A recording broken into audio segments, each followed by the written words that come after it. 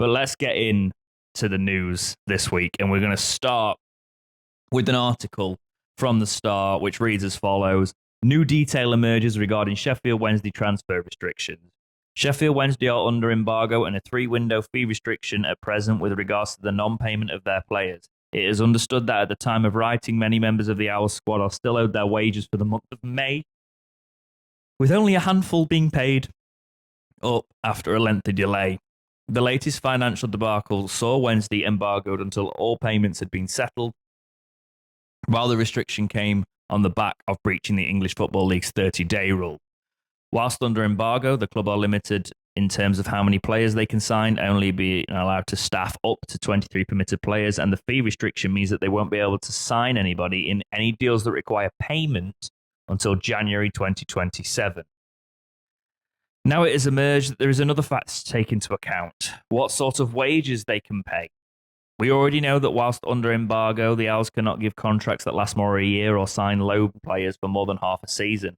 But it is understood that there's also a cap on how much they can pay new signings. Around £7,000 a week. That's a figure that would limit the sort of player that the Owls can recruit.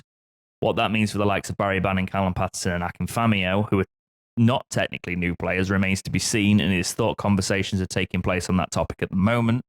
It may be that the club could go over the limit due to them being renewed contracts rather than new signings. So, Jake, when we look at this, it's interesting. It's worth pointing out that the 7K transfer fee thing, wages, only applies while we're under embargo. Yeah. So that won't be part of when it's lifted if we pay the players, etc., and we just go to what I've been talking about to a lot of people in the comments, what I was calling that silent transfer ban. Well, that is happening now. Yeah. That's in effect. And I actually need to dig a little bit further because people have been asking, well, what if we get a takeover? Will the EFL it still counts. Sort of get rid of that? No, it still counts. So basically, that's what I'm thinking.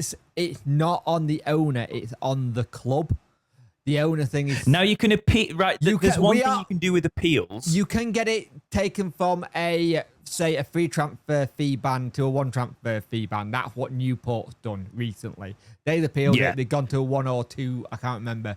So it limited it. So they can appeal it and go into a lower situation. But new ownership will still have this situation because the charge isn't against DC. Now, I did come up with some clever way of maybe going around the 7K a week thing. It says nothing about bonuses.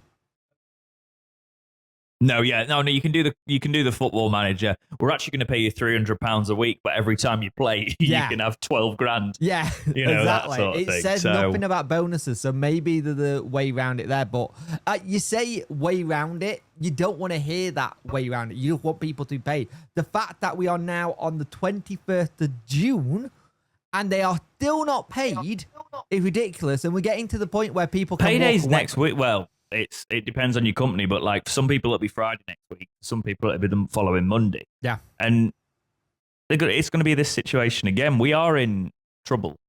We're relegated without even playing a game next season. Yeah, I know there's questions about will the season even start, Jake? Because are we going to have players that just leave because they're in? The thing is, if they don't get paid this time, we're looking at termination of contracts due to not fulfilling contracts and all sorts. It's just going to be, a mess. It's going to be the Twitter 11 versus Bristol City on a Tuesday night. I think we need to really, the only sort of positive outlet you can take on this is if we get a new owner, and that's a big if, you then appeal to the EFL. They take it down to just like a 1 or 2 window transfer ban because they understand the situation with the ownership, which could happen. I do think and there's best a little case bit scenario is you manage to fix this mess within like 12 months, but that's the best case scenario. We're going to be having to do a Birmingham from the other season where they go down, they smash League One, come back up. But the thing is, whoever comes in, and we say if a takeover thing, because what gets me is that I don't get how not paying people on time doesn't breach the fit and proper person test. Yeah, I don't know why it's not triggered a new one.